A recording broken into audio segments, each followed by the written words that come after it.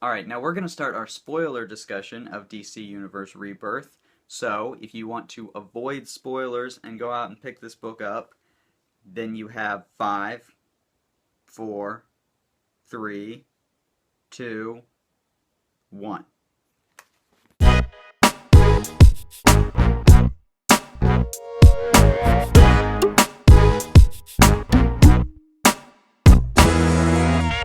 Wally West is back in the DC Universe. Look at that. Wallman is back! Yes! Now, I know this statement might sound weird considering that we just recently got Wally West in the Flash comics, but this is proper pre-New 52 redhead Wally West.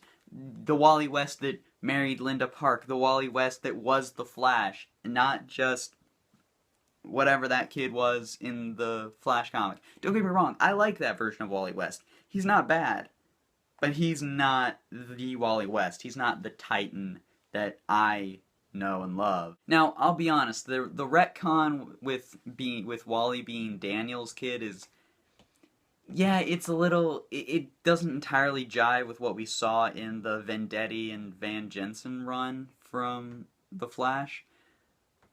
But if that's what it takes to get pre-New 52 redheaded Wally West back, I will take it. I will take Wally and Wally being cousins, both named after their grandfather. I will take that. I mean, that's a clever way of doing it and getting back, the proper Wally West. Of course, another thing they follow up on is Batman investigating the three Jokers thing that was revealed at the end of Justice League number 50. And I'll be honest, I'm not entirely sure with how that's going to go. I don't know if this is a story arc that's going to play out in the Justice League books. I don't know if it's something that's going to play out in the Batman books. But it does make me wonder. I mean, this has never really been something that I don't think that this is something that's ever really been attempted before in the DC universe. And this could kind of reconcile a lot of the confusing history of the Joker, especially when Scott Snyder went and made the Joker some immortal or something.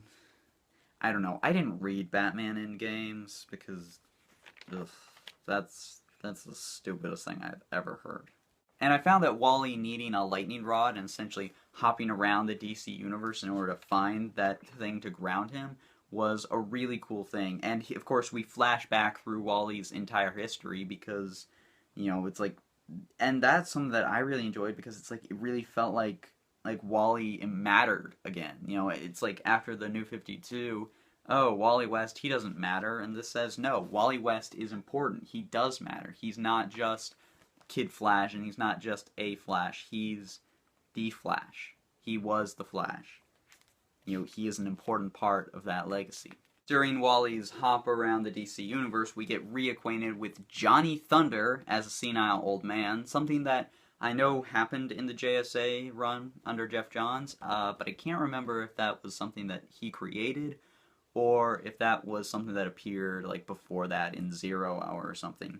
But of course he goes to Johnny Thunder, and we learn that the Justice Society was around, and that, as a big JSA fan, that really is exciting for me because I hated the fact that the JSA just got shuffled off and reduced to their own Earth. I mean, don't get me wrong, Earth 2 was a great series up until, like the World's End stuff.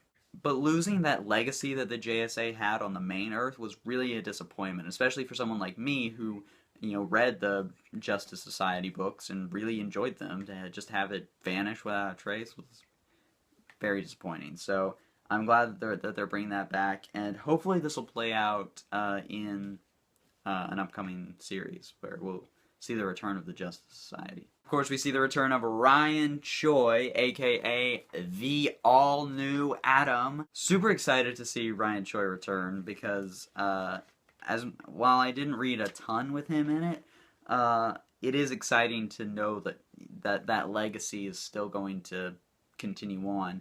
And who knows, maybe if Secret Six isn't coming back, we can possibly get a new series by Gail Simone, new Ryan Choi. Come on, maybe. Make it happen, DC. Gail Simone, new Ryan Choi. Do it. All new Adam. Boom. There, you got your title.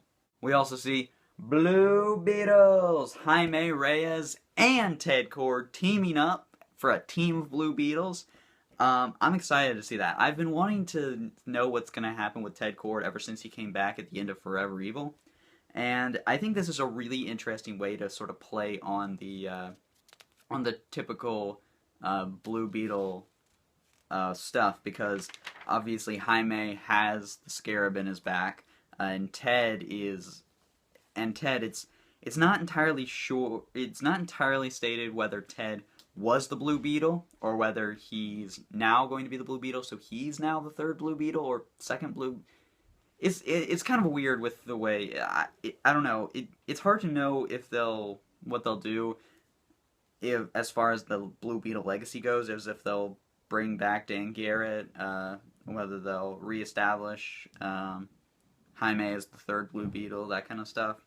And of course, we also see Dr. Fate show up, which is interesting because he says that the scarab is not xenotechnology, it's magic. And I'm interested to see what's going to happen with that, because it's kind of the exact opposite of what happened in Jaime Reyes' solo series from back in 2009.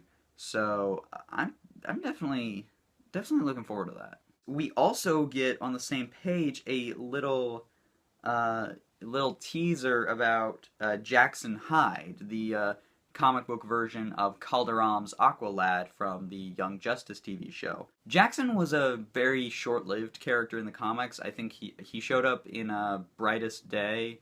He didn't really do much after that, and then the New 52 happened and he got wiped from existence.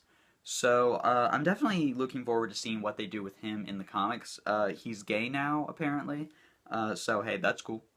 They also set up the return of Lois and Clark from the Lois and Clark comic, the New 52 characters, and I'll be honest, I didn't read Lois and Clark, so I'm not entirely sure what's going on there, so I can't really comment on that, but I am looking forward to seeing the New 52 Superman back in regular continuity, and seeing how that affects like team dynamics, like the Justice League and all that, because of course he comes from a world before the reboot, and everyone else comes after the reboot, so he knows who Batman, Superman, and Wonder Woman are, and he knows them personally, but they don't know this version of him. So I think that's going to be a real interesting thing. It's really heartbreaking when you see Wally meet Barry, and he's basically saying goodbyes to someone that he doesn't even think is going to remember him, but Barry does, and he anchors Wally, and Wally comes back. And then we get that great, oh my gosh, it's such a good scene where Barry just breaks down in tears and he's like, how could I ever forget you? Oh my god, I rewrote history again. What's even happening? And he remembers everything, and oh, this is so good. It's so good. It gets me so excited, and I love it. I love that the Flash is still the center of DC multiversal stuff, and it's such a great feeling after seeing Wally gone for so long to see Barry just hold him and just hug him and just love him. It's such a good moment. Wally knows the truth. Wally knows that someone out there is watching the DC characters. They're watching the heroes, watching these protectors. They're watching these Watchmen. Let's talk about this now. This was the elephant in the room when spoilers leaked online about the DC Universe Rebirth special. And I've seen a lot of people up in arms about this, but I'll be honest, I don't care. Now look, Watchmen is a great series. It's a pioneering work in comic history, and it's a great series that has no need for sequels or prequels or reboots or anything like that.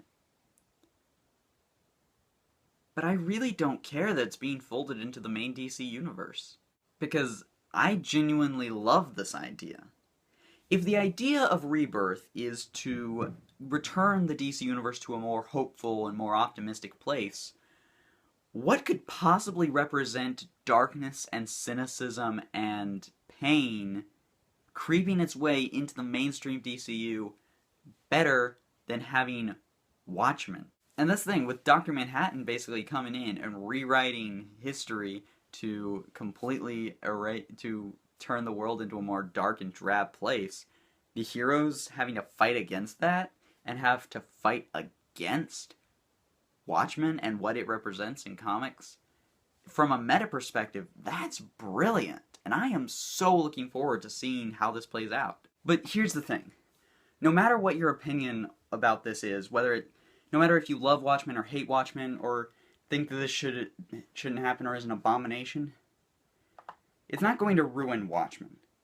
Watchmen is still there, it's on your shelf, it's on my shelf, but it's not going to ruin Watchmen because Watchmen already exists and is already an amazing graphic novel. So yeah, needless to say, as I said in my spoiler-free part, this book is the most excited I've been about DC in years. And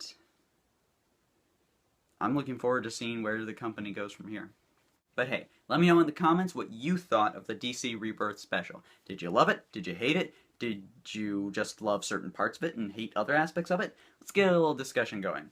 And be sure to, if you like this video, give it a thumbs up, share it with your friends, and subscribe for more videos. I make new videos about comics every Tuesday and Thursday. We'll see you next time on the Comic Blog. Peace out.